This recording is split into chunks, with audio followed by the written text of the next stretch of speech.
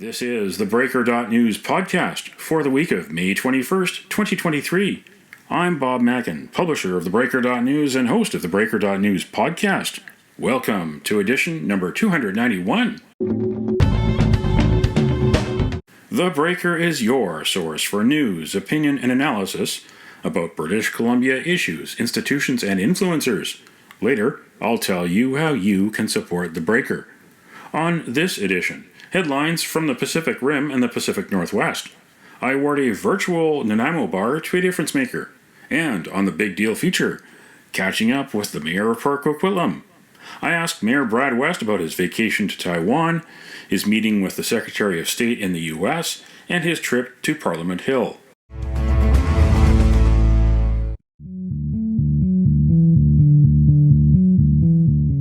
This is the Big Deal feature on the Breaker.news podcast.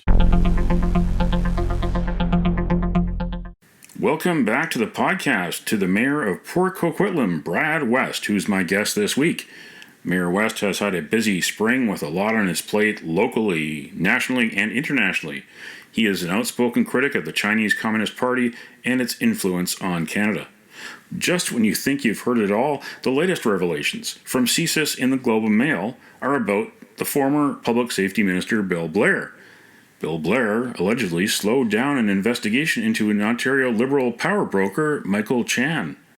Well, thank you very much for having me, Bob. And, the drip continues. And really, this shows why we need a full, independent, comprehensive public inquiry, because I think we're only scratching the surface on the ways in which the government of China has been able to spread its influence, and apparently with a great deal of success. The example that you cite about waiting 4 months is, I think, just the tip of the iceberg.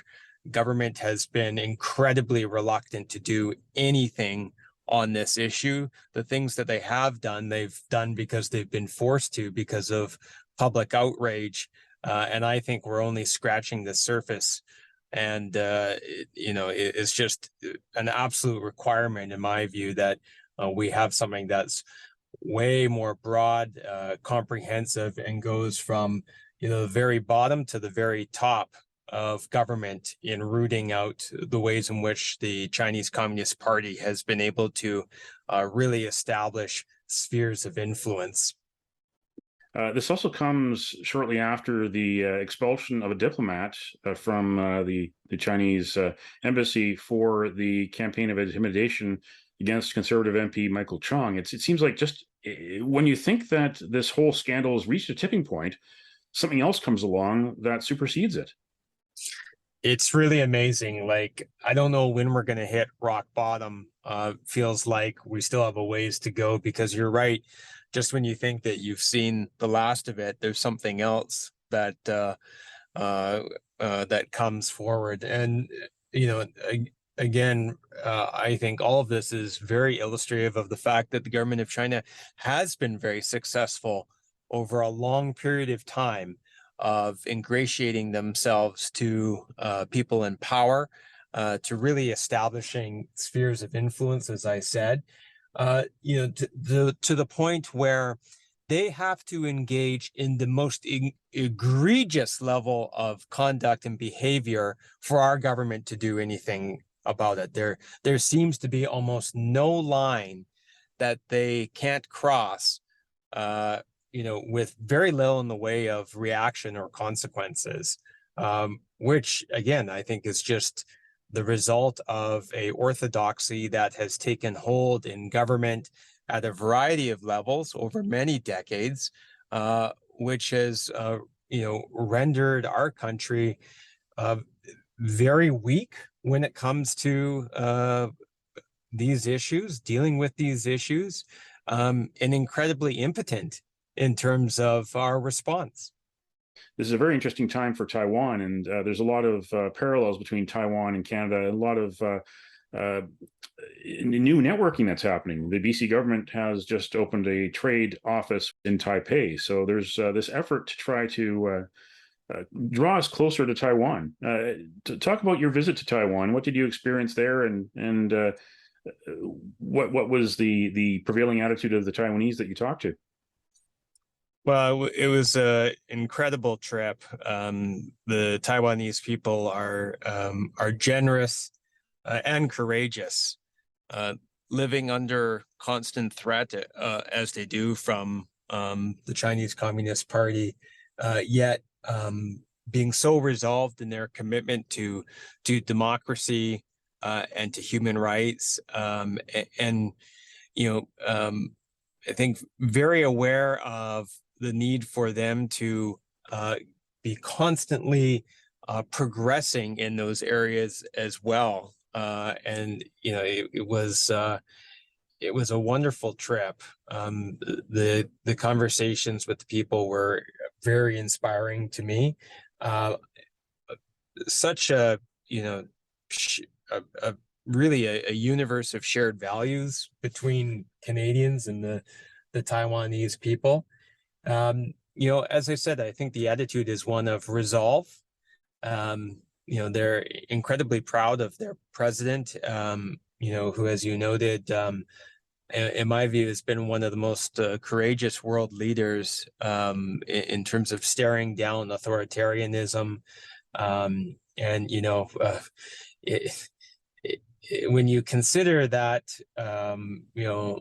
our government officials, our elected leadership can, barely muster a negative comment or a contrary comment about the Chinese Communist Party. And yet the leader of Taiwan, who faces, serious threats, both militarily, but in a number of other ways, has been so courageous in her support of her people and of democracy and human rights and freedom. I just think that says it all. Um, you know, I'm hopeful. You referenced a couple of positive steps where there's opportunities for greater relationship between British Columbia, Canada, and Taiwan. I'm hopeful that we're seeing some steps in the right direction. I mean, this is really, I think, the work that the world has to do.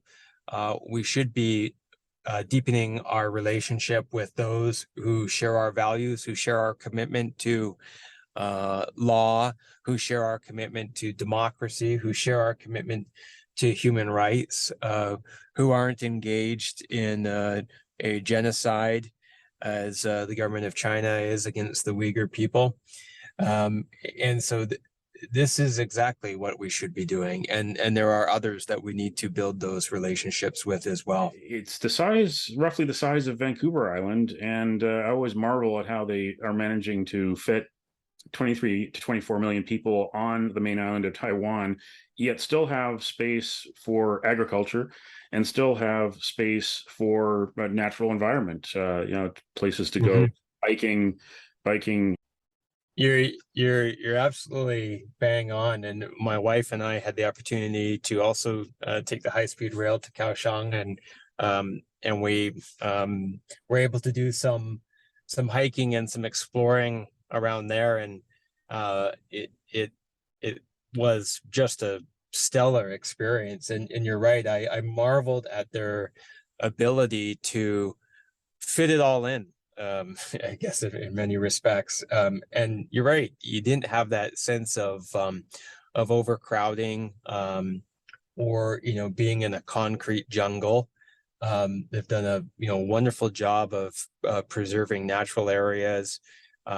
Even in Taipei, the number of unexpected parks and green spaces, and so lots to take inspiration from as we go about our work in Metro Vancouver.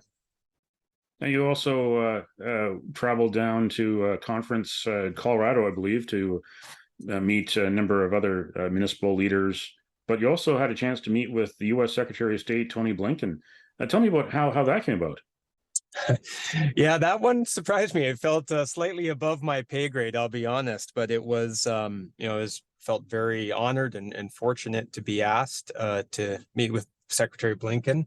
An invitation came through the U.S. Embassy in Canada, and they said that the secretary was very interested in meeting with me, along with a mayor from Mexico and the mayor of Denver, to talk about the work that our three countries need to do to combat drug trafficking, specifically around fentanyl, and all of the domino effects that go along with it.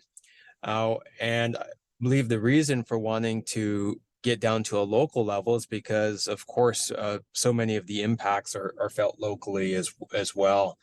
And I think that obviously I've been very outspoken on the issue of fentanyl and money laundering and transnational criminal organizations. The so-called Vancouver model, of course, which has become infamous around the world for all the wrong reasons. And so I think because of my track record of speaking out on these issues, that's why I was invited to meet with the secretary. So I did meet with them along with the mayors of Tijuana and Denver. We spent just over an hour together. I would say it was a very candid and substantive discussion, a lot of back and forth. I've been to other meetings with, some of our own Canadian high-ranking officials, and you're lucky to have 15 or 20 minutes with them. And it's really difficult to have a substantive discussion, but this was not that. So I felt very privileged to be a part of that. Secretary Blinken said that President Biden has instructed him to build a global coalition against fentanyl and those who deal in the death and misery of thousands of our citizens. And so we had a significant and lengthy discussion about the ways in which we can do that. And he encouraged me to continue to be outspoken in the need for our country to work hand in hand with the United States and Mexico and countries around the world, and to do more because in so many respects, unfortunately, Canada is very behind and has the soft underbelly that these transnational criminal organizations are able to exploit. Weakness in our laws, weakness in our enforcement of our laws, a seeming lack of ability to prosecute individuals who engage in this, and probably a lack of resources for policing agencies to be able to go toe-to-toe with fairly sophisticated criminal organizations. Port Coquitlam, like many communities around BC, has been touched by this. The Vancouver model, which you spoke of, which readers may not understand, is the dynamic between the real estate industry, casinos, and the illicit drug industry, and that involves precursors from China, chemicals from China being bought and processed by criminal syndicates in Mexico, and the cartels in Mexico, and then sent up to the United States and Canada. That's at its most simplest. It's wrecked the downtown east side of Vancouver, and it's also having a great impact far beyond the downtown east side in communities around the province, affecting a lot of men between the 30s and 50s. 100% correct. And what impressed me about Secretary Blinken is his willingness to name what is going on. And he articulated it almost exactly as you did, and very specifically called out the Chinese government and their role in being the center of fentanyl precursor production, and for a government that exercises maximum control and authoritarianism over their country, the idea that they couldn't stop or at least significantly reduce the export of fentanyl precursors is just laughable. But they have shown no interest or willingness in addressing that at all. And so it's incumbent then upon our governments to strongly put this issue to the front of the agenda and to take the steps to reduce, as you say, the poison that is pouring into our countries and killing so many of our people. But I really respected the fact that he called out the model exactly as you described it, by name. And he was very clear that, if we're not upfront about the actors who are involved in this and the governments that either support it or turn a blind eye to it, we will never be able to address it. And again, I just contrast that to what I see in our country, where there's I have not, and maybe I missed it, but I follow very closely. I have never heard a federal official in our country identify China as an issue as it relates to fentanyl. And so the devastation that it has caused, as you said, is extensive. It touches every community. It touches all sorts of families, regardless of socioeconomic factors. And it is one of the most pressing issues of our time that needs to be addressed before the body count continues to climb exponentially. You've received a lot of plaudits for keeping the property tax burden low in Port Coquitlam in recent years, and a lot of citizens in other municipalities are envious, who are paying a higher bill this year. One thing that you are also doing in Port Coquitlam is, again, keeping the memory alive of Terry Fox. And a lot of Canadians were disappointed recently to see the new passport design without the page that's been there for the last 10 years that features Terry Fox. You were in Ottawa with the Mayor's Council trying to get more funding for expanding the Metro Vancouver transportation system. But did you have a chance to talk to any of the politicians there in the government and express displeasure that Terry Fox is being taken out of the passport? Well, it certainly did come up in discussion with a number of MPs. And I just want to note, for the record, in case anyone was ever confused about it, I'm an unabashed advocate for the working and middle class in this country. And that's really where I take my inspiration from. And the positions I take on issues which sometimes bucks conventional wisdom or orthodoxy, or certainly the status quo of most of the political elite in our country, is because I think that their leadership, and I use that kind of half-heartedly, has been so woefully lacking for working and middle class people in our country. And there's all sorts of issues that matter to working and middle class people, and Terry Fox is one of them. And I noticed that some people on Twitter, particularly those who are probably knee-jerk partisans, kind of dismiss it as a non-issue. But I have heard from literally hundreds of Canadians who feel strongly about this. And what I think happened is that I think the bureaucracy was doing something and no elected official, no politician was paying attention until it came out. And then of course, their knee-jerk response is to double down and defend rather than say, hey, maybe we got this wrong. No government is going to be able to eliminate the memory or legacy of Terry Fox, but symbols can be important. And the fact of the matter is that he was in the passport, and there was no reason why he couldn't continue to be. Terry Fox was a working class Canadian. His family was a working class family from Port Coquitlam. Lived in a very working class neighborhood. And I think that Canadians across this country identify with him because he was a regular person who summoned extraordinary courage and strength and resilience to be able to do something extraordinary. And every single day working class Canadians summon that same courage and strength to be able to do things for their families, to sacrifice for their families, to try and make life a little bit better for their children.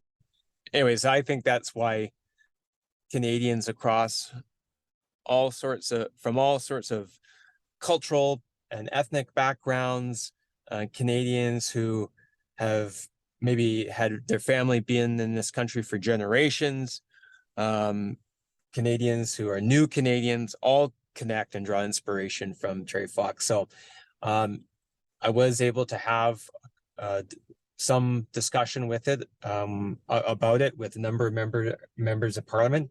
And I note that my own federal member of Parliament for Coquitlam, Port Coquitlam, who is a member of the Liberal Party, a government MP, Ron McKinnon, has spoken publicly now about his opposition to the change.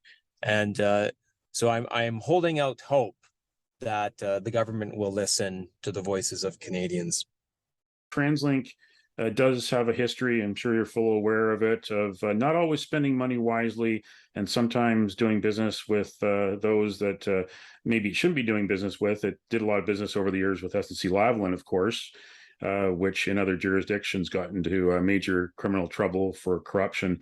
How was the Mayor's Council, especially with you as the leader, going to make sure it strikes that balance, that if it does get that federal money that it needs in order to expand like it needs to expand with a growing region, at the same time make sure that that money is spent properly?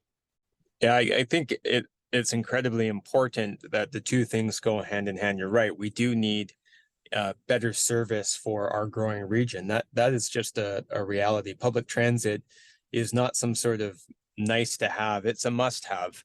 It's as essential to the operation of our society as is our utilities, our water, all the rest of it. And so that's why we were in Ottawa taking that message and advocating for the federal government to step up and fulfill its responsibilities and its roles in respect to supporting, major metro regions in the operation of transit and transportation service to citizens of the country, and getting some of that taxpayer money that leaves Metro Vancouver, to the tune of billions of dollars every year and goes to Ottawa, getting some of that reinvested in this region in the form of better transportation service for our residents. And at the same time, you're quite right. We need to ensure that TransLink is operating as efficiently and productively as possible. And people need to have confidence in that. And certainly, as the chair of the Mayor's Council, I will be stretching the bounds of what we are able to do at the Mayor's Council to ensure that that's the case. I will also note that the Mayor's Council is advocating, has advocated, and is going to step up its advocacy of changes to TransLink's governance to address the concerns that exist around public accountability and oversight. And some people may recall that when he was in government, Kevin Falcon was the one who designed the current system, which has placed oversight and accountability and responsibility for management decisions in the hands of a board of directors rather than the Mayor's Council.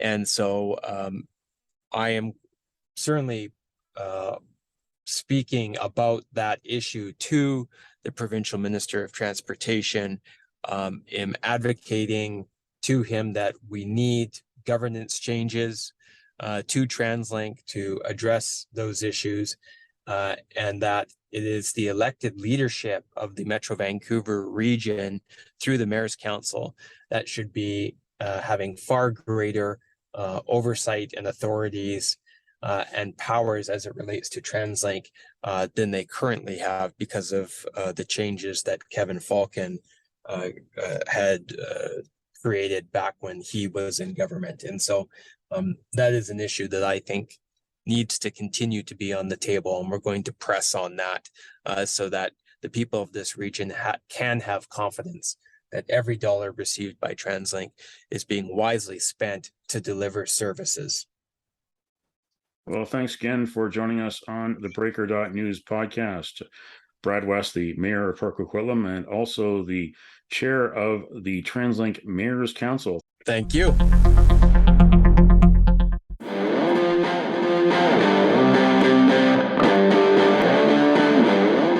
Now it's time on the Breaker.news podcast for Around the Rim. We look at news headlines around the Pacific Rim. In the Taiwan news, Taiwan fines Taiwanese woman for attending China's National People's Congress. Ling Yu-shi still owes a fine of $22,000 Canadian for previous attendance at 2019 conference.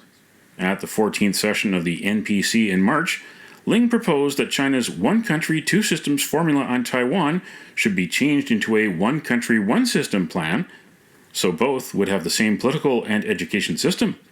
She also pleaded for the integration of Taiwan's military into China's People's Liberation Army. In Kyoto news, Japan's bid to get closer to India for security may worry U.S. India and the United States have been at odds over values that Washington prioritizes, such as human rights, with Narendra Modi, the Prime Minister, who took office in 2014, seen as clamping down on critics of his government. Given the rising geopolitical tensions in the Indo-Pacific region, Japan, an Asian power and close U.S. security ally, should build trust with India while respecting their differences and without imposing Western values on New Delhi, pundits said. In Hong Kong Free Press, Hong Kong court rejects media tycoon Jimmy Lai's bid to challenge National Security Committee decision. In a legal challenge filed last month, the Apple Daily founder Jimmy Lai argued that a National Security Committee had overstepped its powers by advising the Immigration Department to refuse future visa applications from Lai's British lawyer. That's Around the Rim on this edition of the Breaker.news podcast.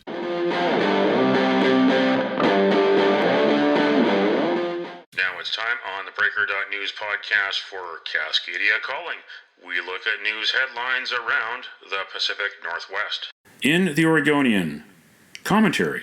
John Mellencamp's new song about homelessness in Portland is very bad. Mellencamp's new song, The Eyes of Portland, is all about the main thing people who don't live in Portland love to talk about, how destroyed the city is. People who live in Portland know that we have some problems. There are people struggling, living outside or in their vehicles. The drug situation is terrifying and dangerous. Yet Portland is also a lovely city, full of beautiful parks, quiet streets, trees, rivers, bike paths, restaurants, friends, shops, ice cream, donuts. It might be the best major city in the entire country. Might be, it is. In the Bellingham Herald, Weather Service sets its outlook for summer in western Washington. Expect a warmer than normal summer with less rainfall. That could be from the influence of a growing El Nino weather phenomenon, which usually means a warmer and drier winter for the Northwest. Snowpack in the North Cascades near Bellingham is now 68% of normal, down from 89% or normal in March. In Czech news, thanks for all the belly rubs. Winston, the Empress greeter to retire after 4-year career. The beloved dog started at the Empress Hotel in January 2019 and quickly gained local and international attention. Winston had initially started training to be a guide dog for blind people, but did not make the cut. That's Cascadia Calling on this edition of the Breaker.news podcast. Don't matter what color you are, 'cause love will conquer hate, so you won't stand alone, you won't stand alone. The virtual Nanaimo Bar, brought to you by Spruce Hill Contracting. Every week we end the Breaker.news podcast on a tasty note by awarding the goodness of a virtual Nanaimo Bar to people making a difference. A virtual version of the province's favorite dessert bar goes this week to all the people that keep national and provincial parks beautiful and accessible. It's RVing and Camping Week in BC from May 23rd to 28th. You can nominate someone for a virtual Nanaimo bar. Send me an email to bob@theBreaker.news. Spruce Hill Contracting, custom homes and renovations. Find more information at sprucehill.ca.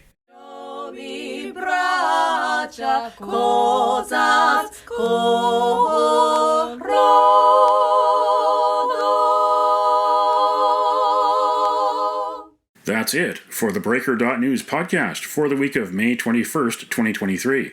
I'm Bob Mackin. Thanks for joining me.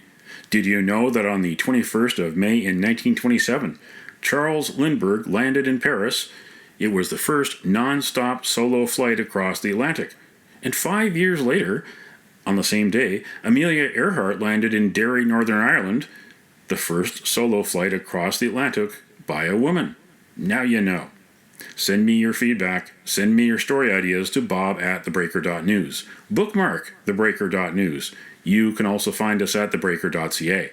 Sign up for the email newsletter and get updates to your inbox. For news as it happens, follow The Breaker News on Twitter and visit theBreaker.news on Facebook. You can support The Breaker for as little as $2 a month. For more information, go to patreon.com/thebreakernews. That's patreon.com/thebreakernews. Until next week.